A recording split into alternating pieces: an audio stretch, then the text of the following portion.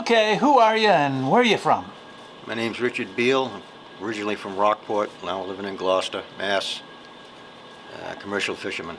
And are you retired now or? No, You're not retired. no, You're active fisherman. active fisherman. And what do you fish for? Groundfish, cod, haddock, flounders. And how has the industry changed since you were a kid? And then just how has the climate changed since you were a kid?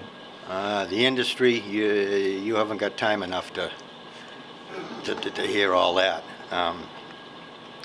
But the climate, yeah, water's a lot warmer than it used to be. Because you don't, when you're a kid, you always think things are all kinds of snow and this and that. As I remember, we used to go ice skating at Thanksgiving, and there was always snow and this and that, and now there's none of that. You're lucky. This harbor's frozen over. It was in the 80s. In the 80s, this whole inner harbor here was froze all the way over to Rocky Neck. You don't see any of that anymore. And the water's warmer.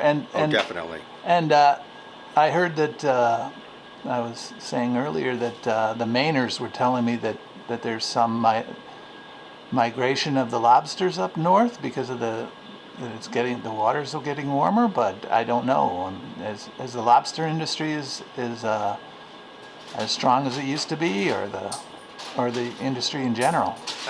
Everything shifts with environmental and differences as changes. The water temperature affects feed. The stuff feeds on, and then the stuff lobsters and fish feed on. That affects them, and then the lobsters and fish move to where the feed moves to naturally. And we're seeing occasionally species up here that we never saw before. They were all from down the other side of Cape Cod, down off in Long Island that way. Really? Like what? Oh, scup. Other ones I can't. People were saying sharks are coming up. Oh yeah, well they're coming up because of the seals. Seals, they're more, I assume, because there's more feed. There's a lot more of them. When I was a kid, around here there was one seal that used to come down to Rockport, and everybody used to come look at it. Now there's thousands of the doggone things, and they're affecting fishing as far as eating small fish and that kind of thing. How many years have you been a fisherman? 56. 56 years fishing. When did you first go out?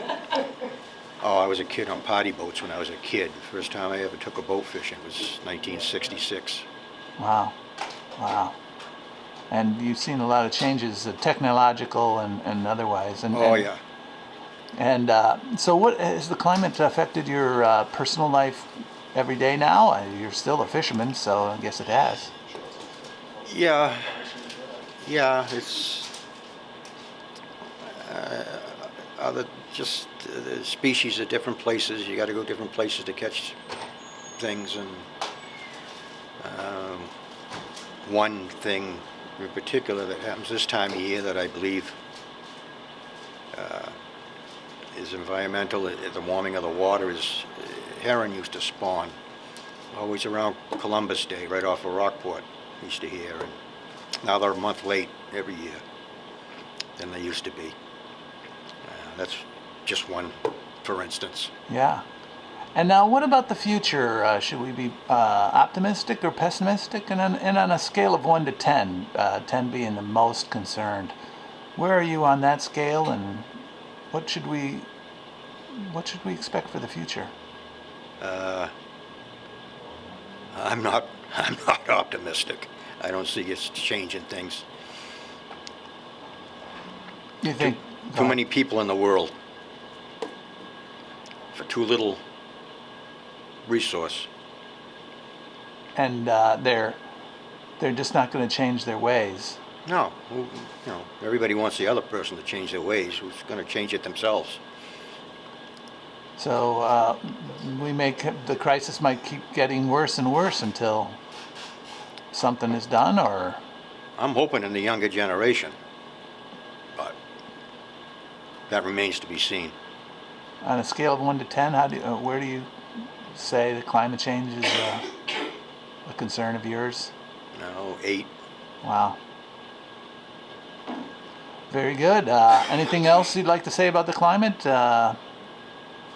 Very good. We're here at the Crow's Nest on the 14th of November. And you came specially in when you heard that we were talking about the climate. You wanted to get your opinions on fishing and the climate in. And thank you very much for your time and your insights. Thank you. All right.